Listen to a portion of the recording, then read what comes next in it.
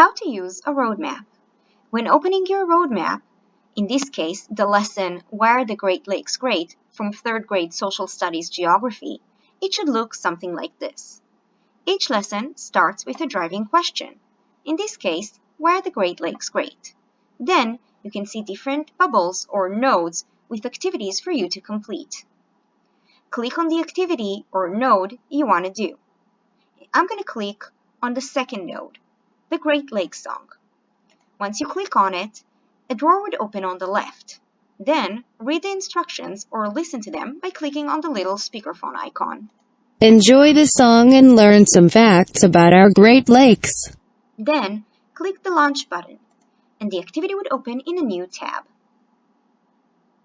Once you've completed it, exit the tab and go back to the main map. Don't worry though, everything you did is automatically saved. Then, click on the Complete button to visually see what you've already done and what you still need to do. Then, click anywhere else on the map and keep working.